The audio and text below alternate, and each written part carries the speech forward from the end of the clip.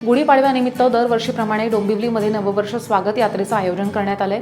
यंदा स्वागत यात्रेचं हे 27वं वर्ष आहे आणि ह्या वर्षीच्या यात्रेमध्ये स्व ह्या संकल्पनेवर आधारित स्वधर्म, स्वदेश, स्वभाषा, स्वसंस्कार आणि स्वावलंबन या समृद्ध संस्कृती जीवनाच्या पंचसूत्रावरील चित्ररथ असणार आहेत। यावर्षी डोंबिवलीतल्या हिंदू नवीन वर्ष स्वागत यात्रा 27व्या वर्षात पदार्पण करते आणि त्याच उत्साहात हिंदू नववर्ष स्वागत यात्रेची तयारी सुद्धा जोरदार सुरू आहे। या व्यतिरिक्त आठवडाभर धार्मिक, आध्यात्मिक, सांस्कृतिक कार्यक्रमाचं आयोजनही करण्यात आले आणि कार्यक्रमाची रचना ही समाजातील सर्व घटकातील सर्व वयोगटांना नजरेसमोर ठेवून केली गेली आहे। हे आपलं स्वागत यात्रेचं 27वं वर्ष आहे। मागची 26 वर्ष अतिशय सर्वसमावेशक आणि सर्व स्तरातील घटकांना अंतर्भूत असणारी शोभायात्रा डोंबिवलीत संपन्न होते आणि यावर्षी आपण विशेष अशी शोभायात्रा जी घेतोय त्या शोभायात्रेचं वैशिष्ट्य हे की शोभायात्रेची थीम, त्या थीममध्ये आपण स्वची जाणीव हे म्हटलेलं आहे।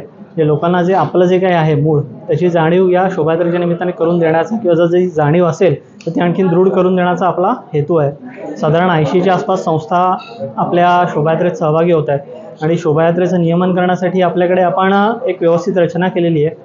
या रचनेच्या माध्यमातून आपण एका संस्थेच्या मागे एक नियामक असं आपल्याला करण्याचा प्रयत्न आहे। सगळ्या नियामकांशी संपर्क झालेला आहे आणि याच्या आधारावर आपण आपली जी शोभायात्रा आहे ती सुरळीत आणि कुठेही खंड न पडता व्यवस्थित करण्याचा प्रयत्न करणार आहोत। सो म्हणजे आता मी तुम्हाला नॉर्मल भाषेत सांगतो, थोडंसं इलॅबोरेट करतो की 1947च्या आधी आपण पारतंत्र्यात होतो, अधीन होतो कोणाच्या तरी। अधीन म्हणजे ब्रिटिशांचं आपल्यावरती राज्य होतं।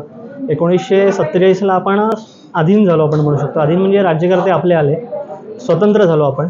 या स्वाधीन स्वतंत्र ह्याच्यातला जो स्व आहे, आपलं काय आहे, आपलं काय आहे, सगळं विज्ञान आपलं आहे, स्वभाषा आहे, स्वधर्म आहे, स्वभूषा आहे, आपले वेद आपले आहेत, विज्ञान आपलं आहे, तंत्रज्ञान आपलं आहे। पण आपल्याला आपल्या गोष्टींची जाणीव केव्हा होते, जेव्हा कोणीतरी बाहेरचं येऊन आपल्याला सांगतो अरे हे तुझं आहे, मग आपल्याला कळतं की हा हे माझं आहे।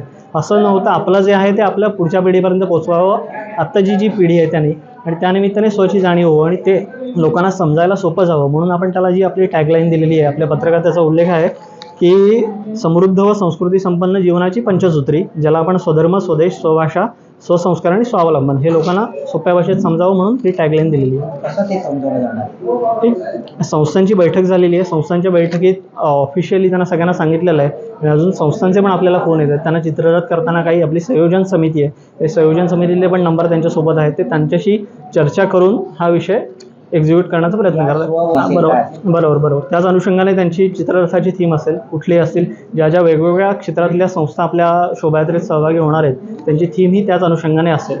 कारण सगळं जर म्हटलं आपला हा जो स्व आहे त्याच्यात सगळं इन्क्लुझिव्ह आहे, फक्त आपल्याला परत त्याची जाणीव करून द्यायची आहे समाजाला। हेच आपलं या शोभायात्रेचं यावर्षीचं वैशिष्ट्य आहे आणि मोठ्या संख्येने लोक सहभागी होतील आणि ती यशस्वी होईल आपल्या सगळ्यांच्या सहभागाने अशी खात्री वाटते।